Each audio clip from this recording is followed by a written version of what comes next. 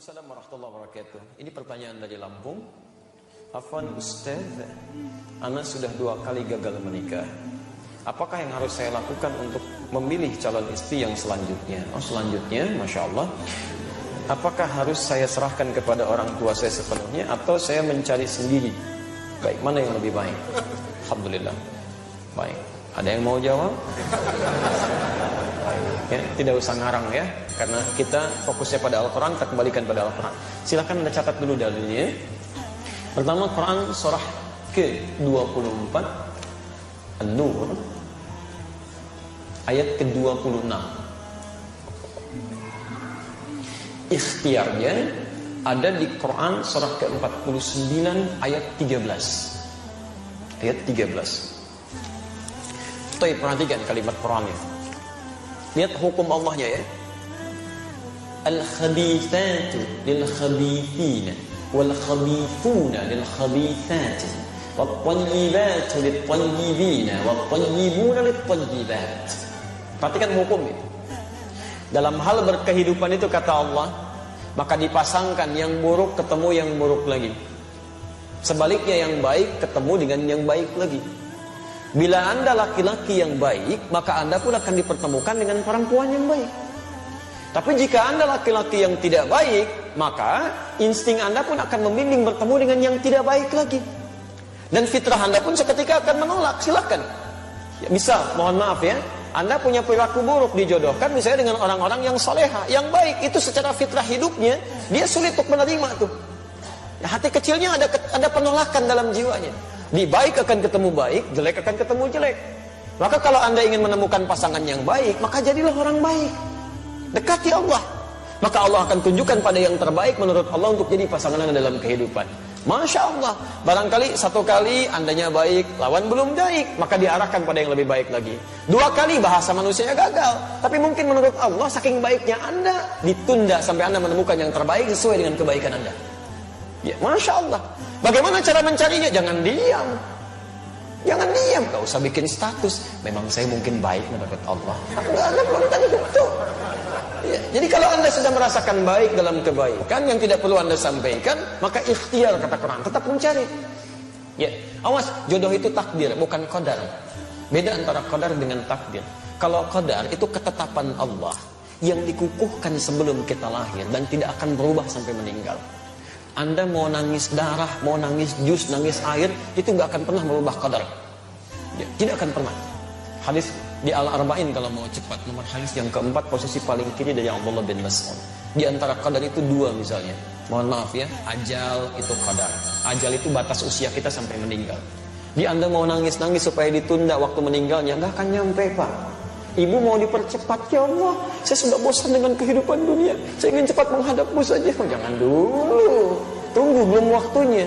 Quran surah ke-7 ayat 34. Walikulli ummatin ajal. Kata Allah, setiap umat saya tetapkan waktu pulangnya. Fa idza jaa ajaluhum la yastakhiruna sa'ata wa la yastaqdimun. Ketika selesai waktunya, itu tidak akan pernah ditunda, dimajukan pun enggak bisa, dan malaikat maut pun enggak akan bisa merubah itu. Malaikat maut enggak bisa. Ya. Begitu waktunya tepat, Ustaz Adi meninggal malam ini jam sekian, selesai. Karena Ustaz sedang ceramah, terusin aja dulu. Saya pergi ke salah satu jamaah dulu aja, Pak Miono saya nggak bisa. Ya kalau sudah jadi ya jadi, itu ajal namanya. Rizki juga begitu. Tapi jodoh tidak, itu takdir. Takdir itu ketetapan Allah yang dikukuhkan berdasar ikhtiar makhluknya. Ikhtiar. Ya. Jadi kita harus ada ikhtiar dulu, baru Allah tetapkan, diberikan jalan. Nah, kadang-kadang ikhtiar kita keliru, di situ diberikan hidayah untuk menunjukkan pada ikhtiar yang benar. Maka jodoh persoalan ikhtiarnya di Quran surah ke-49 ayat 13. Lihat kalimatnya, ya ayyuhan nas, hei manusia. Persoalan jodoh itu terbuka bagi siapapun. Ikhtiarnya terbuka, ayo cari. Ya, hei ya ayyuhan nas. Nas di situ memberikan batasan, kalau Anda manusia, maka jodohnya pun manusia lagi. Disebutkan 241 kali dalam Al-Quran. Jadi jangan cari masalah. Sudah jadi manusia, pengen nyari jin lagi jodohnya. Itu yang keterlaluan. Kenapa Pak ada kereta kencana di sini? Oh, itu istri saya. Memang Anda nggak bisa lihat. Siapa Pak? Nyai Roro Kidul itu. Oh, Roro Kidul. Masya Allah. Ya, jadi nggak usah macam-macam lah gitu ya. Jin dengan jin lagi, manusia dengan manusia lagi, binatang dengan binatang lagi, selesai. Ya ayuhan nas, hei manusia, cari jodoh di kalangan manusia. Inna khalaqnakum min dzakarin wa unta. Kami ciptakan aturan kedua, lelaki dan perempuan. Jadi jodoh Anda itu adalah jodoh yang berlawanan jenisnya, laki-laki ketemu perempuan. Hati-hati, ini aturan umum ini. Jadi nggak bisa kalau ada laki-laki ketemu laki-laki, bukan jodoh namanya. Joni itu. Ya. Perempuan dengan perempuan itu bukan jodoh juga. Maaf ya. Tidak harus menjadi manusia untuk memahami seperti itu. Binatang saja mengerti. Silahkan cek itu saat Idul Adha. Al-Ihsan membeli kambing. Masya Allah, disimpan di situ. Kambing itu karena nggak punya nilai takwa, punyanya cuma nafsu, sedangkan nafsu membawa kepada amarah yang tidak baik. Quran surah 12 ayat 53. Innan nafsa la'ammaratun bisu. Walaupun di dekat masjid suara adzan itu bergelimang nyampe ke pendengaran kita, kambing nggak akan peduli. Kalau sudah datang hasratnya, kambing jantan ngejar-ngejar yang betina. Begitu. Tapi Masya Allah saking sadarnya kambing, yang jantan ngejar yang betina. Sampai hari ini saya belum pernah temukan. Dan tidak ada artikel ilmiah mengatakan kambing jantan mengejar yang jantan lagi. Kambing betina nunggu-nunggu dikerjain sama kambing betina lagi. Demi Allah saya katakan, tidak ada istilah sampai hari ini kambing lesbi, sapi homo misalnya. Dan Anda bisa tertawa tuh. Kenapa Anda tidak menertawakan manusia-manusia yang homo dan lesbi untuk dia kembali pada kebaikan? Itu poin yang harus kita ambil. Jadi dengan beda ini itu baru jodoh. Ya, ada kemarin kalimat menarik tuh waktu aksi 212 itu kan, ada salah seorang dai menyampaikan, kita itu jadi baik karena diciptakan beda. Coba lihat orang tua kita pertama, Adam lawannya siapa? Hawa, maka lahirlah kita. Karena ada Adam, karena ada Hawa, orang tua kita beda. Coba kalau diciptakan Adam dengan Asep, gak akan jadi Anda. Ya, Hawa dengan Siti, jadi Siti Hawa, cuma dua itu aja gak akan nyambung. Jelas ya? Nah, ketika Anda merasa beda, cari pasangannya. Di mana? Syu'ubah wa qabaila. Syu'ubah, cari tempat yang beda-beda komunitasnya. Masya Allah, beda RT. Gak ketemu satu RT, kata Allah cari di beda RW. Gak ketemu satu RW, kelurahan, masih ada. Kecamatan terbentang, kabupaten cukup luas, Masya Allah. Gak ketemu, mungkin jodoh Anda bukan di provinsi ini, cari provinsi lain. Gak ketemu, saking hebatnya Anda, jodoh Anda bukan orang Indonesia, mungkin orang Malaysia. Gak ketemu, mungkin orang Afrika. Cari itu sampai ke ujung bumi, masih ada. Bahkan waqabail, mungkin RT-nya sama tapi sukunya mungkin beda. Kamu nyari di suku ini, kata Allah bukan yang ini jodoh kamu, mungkin cari di yang lain. Cari sampai dengan ketemu. Masa iya semuka bumi gak ada yang cocok dengan Anda? Kalau nggak cocok mungkin bidadari jodoh Anda itu ya. Tunggu itu sampai dengan kebaikan-kebaikan tercipta. Insya Allah diberikan kebaikan-kebaikan sepanjang ada ikhtiar di situ. Tapi ingat, aturan ikhtiar itu diikat dengan nilai terakhir.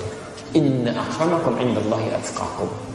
Yang terbaik di sisi Allah bukan yang menghadirkan suasana mencari jodoh dengan cara yang buruk, tapi dengan cara yang takwa. Ta'aruf itu. Kenali dengan baik, lihat batas-batas agama, jangan langgar itu.